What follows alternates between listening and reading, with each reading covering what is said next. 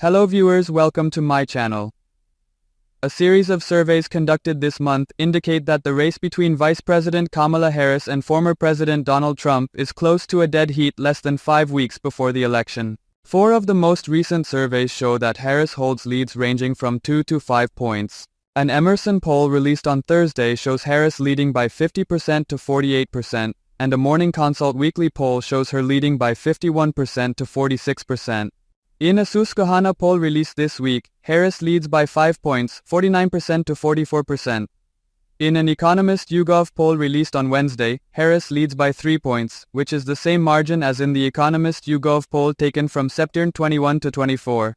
Although her favorability among likely voters had reached a record high, 53% compared to Trump's 45%, in the previous week's Morning Consult poll, Harris was up 5 points, or 50% to 45%.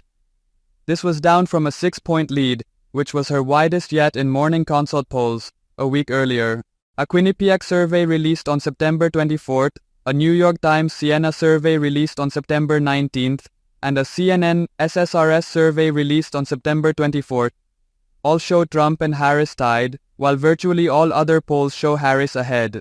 Since announcing her candidacy on July 21st, Harris has eliminated Trump's lead over President Joe Biden. However, her advantage has decreased slightly over the past 2 months, peaking at 3.7 points in late August, according to 538's weighted polling average. The most recent polling average from Real Clear Politics shows that Harris leads Trump by that much.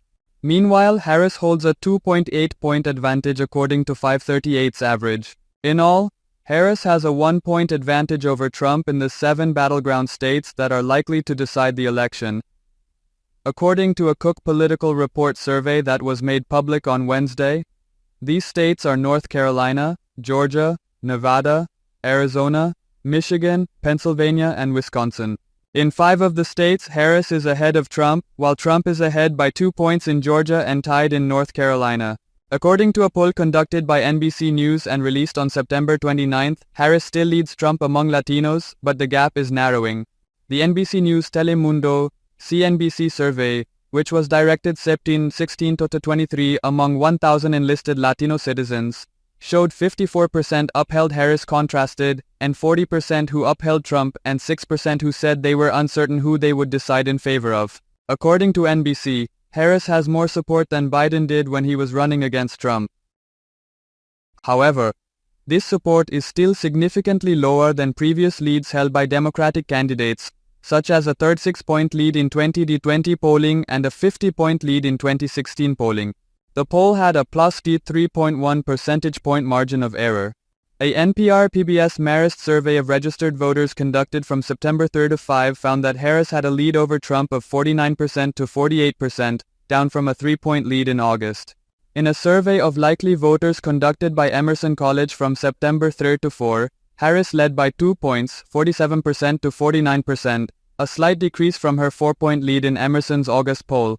The majority of post-debate surveys indicate that Harris won the debate, but not enough to significantly alter the race between the candidates. A September 19 New York Times Siena poll of likely voters found that the majority of voters across all demographics praised Harris' performance at the September 10 debate, with 67% saying she did well and 40% saying the same about Trump. Trump led Harris 48%, 47% in Times Siena surveys from early September and late July. Trump and Harris are also tied at 47% according to the poll. Harris holds a slight advantage in 2 additional September 19th polls. After Harris trailed by 1 point in an early August Fox poll, and led by just 2 points in an early September YouGov poll, she is up by 4 points in a YouGov Economist survey of registered voters and 2 points in a Fox News survey of likely voters. Even though 63% of Americans said Harris won the debate last week, Harris was up 52%, 46% among likely voters, and 51% to 47% among registered voters in an ABC News Ipsos poll taken days after the debate on September 11, 2013. This was essentially the same as her 6-point leads among likely voters in the surveys conducted by ABC News, Ipsos in late August and early August.